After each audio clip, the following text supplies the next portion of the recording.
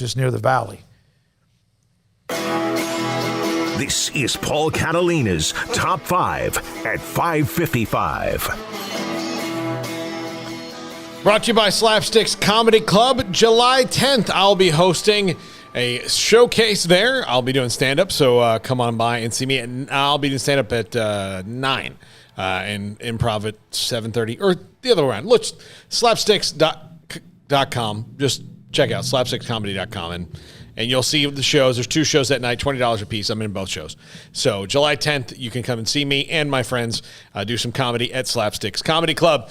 All right, top 5 Baylor defensive players that need to break out. Number 5, SIAKI Apu Ika, whatever you want to call him.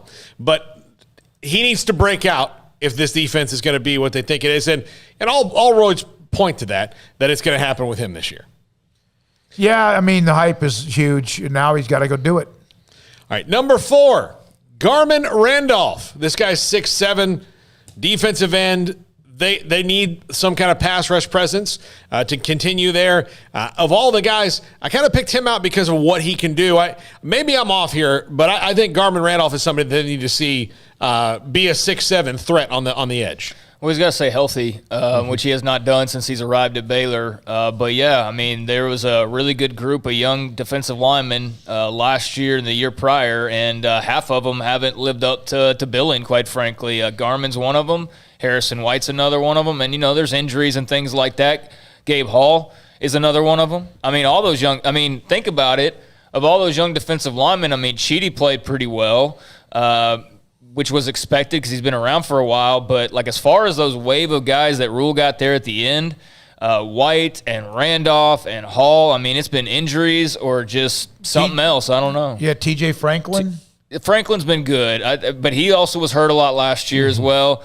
I think TJ's shown a little bit more than Randolph has. Yeah. But, yeah, TJ Franklin is another guy that you could kind of put somewhat in that category. All right, number 3, linebacker Matt Jones. Heard a lot of good things about Matt Jones. Heard a lot of things from the Rule staff about Matt Jones and how much they liked him. And with, what's going to be, obviously, Terrell Bernard's back at linebacker. He's not a candidate to break out. Dude's broken out. I mean, he's a star. When he's healthy, he's going to be fantastic. But they're going to need, some things in depth. And I think Matt Jones, hearing what we've heard about him over the years, a guy you could hear a lot from now, especially with Abram Smith moving from linebacker to running back. This opens up more opportunities at the linebacker spot for Matt Jones. Yeah, depth is they got a lot of people at that position. Dillon Doyle's a big-time returning player, so you need like the third. Matt Jones is somebody who, quite frankly, I'm tired of hearing about his potential. I want to actually see it, and that's not a knock on him. It's just, there's message board guys that people love or people remember from when they were recruits, and they expect that same.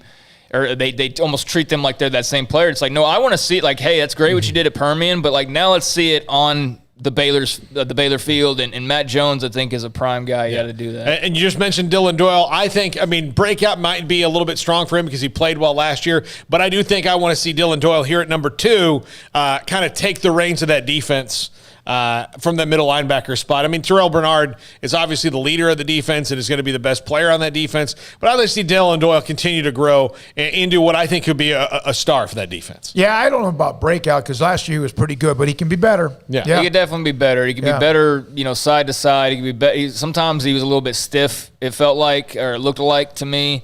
And that might just be, the neck roll or so, it might be some padding or something. But, yeah, he could definitely improve.